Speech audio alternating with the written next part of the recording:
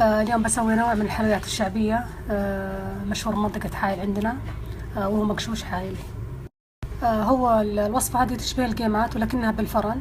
بس بوريكم قوام العجينة، يكون أقسى شوي من عجينة القيمات. شايفين؟ بحيث إن إذا نقطتها الآن في الصينية تتشكل على دائرة واحدة وما تسيح زيادة. بالأخير بحط لكم طريقة العجينة. جهزت صينية تيفال أو صاجة وشغلت الفرن، حطيت الشبك تحت، الفرن من تحت وسط ومن فوق حرارة هادية. هي طريقتها بالتنقيط باستخدام اليد، لكن اللي ما تقدر ممكن تسويها عن طريق ملعقة بلاستيك أو زيت مثل طريقة تلقيم القيمات. الطريقة ناخذ شوي من العجينة بعدين أبدأ أنقط، ويكون المقاس مقاس الريال المعدني، لا تكبرون لأنها بتنتفخ بالفرن. تكون بالشكل هذا. في ناس يسوونها فوق الغاز وبعدين يدخلون الفرن، أنا بدخلها مباشرة الفرن من تحت ومن فوق، وأوريكم إذا خلصت. وهنا بعد ما انتهيت من التنقيط الآن أدخلها الفرن.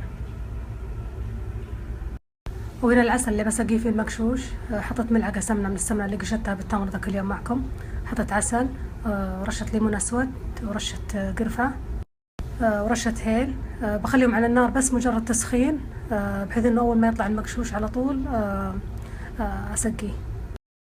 ممكن بدال العسل تحطون شيرة، وممكن تحطون سمنة وليمون اسود وهيل. الان حطيتها على النار بس مجرد تسخين. اذا ذابت السمنة واختلطت المكونات مع بعض اسكر النار، لا تخلون يغلي العسل. بعد ما سخنت كل المكونات مع بعض سكرت النار. هذا قوامه. وعلشان استغل الوقت جهزت صينيتين. اول ما تطلع الصينية الاولى بدخلهم. هنا استخدمت ملعقة الطعام بلاستيك، ربعها فقط عشان تطلع. ما شاء الله تبارك الله، الريحة جدا شهية.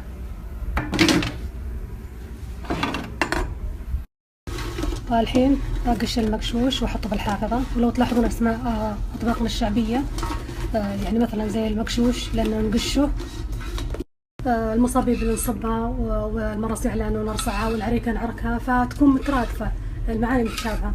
هذا اللي عندي اللي سويته قبل شوي، اللي هو العسل.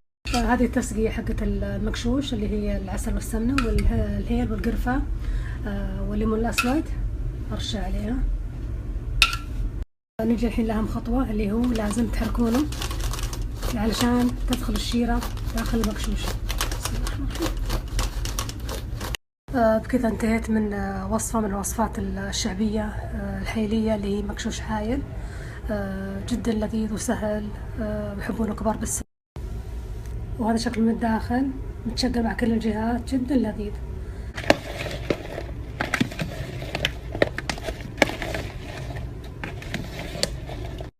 إضافتي للبن خلتون مقرمش. لو ما تحبون القرمشة حطوا استبدلوا اللبن بحليب بودرة وماء.